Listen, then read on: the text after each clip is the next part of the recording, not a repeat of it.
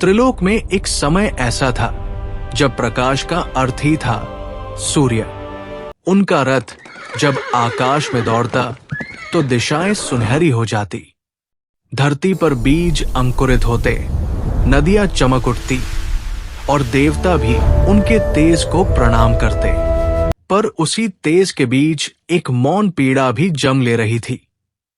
सूर्य देव की पत्नी संज्ञा सौम्यता और शीतलता की प्रतिमूर्ति थी। वे प्रेम करती थी, पर सूर्य का प्रचंड प्रकाश सह नहीं पा रही थी। हर दिन उनका शरीर तपता, आंखें झुक जाती, मन थक जाता। वे शिकायत नहीं करती, क्योंकि प्रेम में अक्सर शब्द नहीं होते।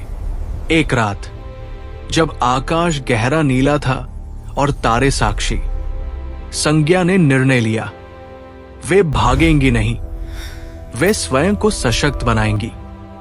वे वन की ओर चली गई, गहरे शांत रहस्यमयी वन में।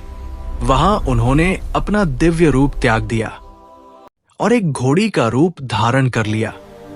अब वे अश्विनी थी, मौन तप में लीन, हर श्वास के साथ सहनशीलता अर्जित करती हुई। उधर सूर्य देव को धीरे धीरे उस रिक्तता का आभास हुआ। उनके महल में उजाला था, पर हृदय में अंधेरा।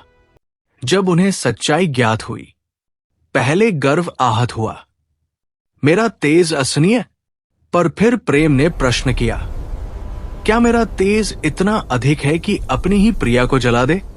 उस क्षण सूर्य देव ने पहली बार अपने भीतर झांका। उन्होंने अपने तेज को सीमित किया, आह को त्यागा और स्वयं घोड़े का रूप धारण कर वन की ओर बढ़ चले। वन शांत था, हवा स्थिर, और वहां दो अश्व आमने सामने।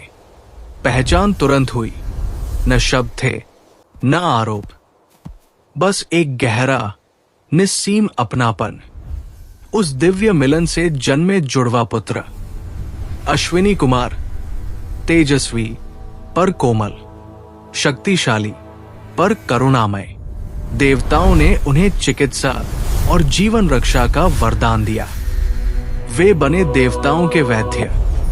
जहां पीड़ा वहां उनका स्पर्श, जहां निराशा वहां उनका प्रकाश। और तब समझ आया, सूर्य का प्रकाश केवल जलाने के लिए नहीं, जीवन देने के लिए है। उस दिन से सूर्य केवल अग्नि नहीं रहे, वे संतुलन बन गए। और उनकी संतानों ने सिखाया, सच्ची शक्ति वो है जो दूसरों के घाव भर सके।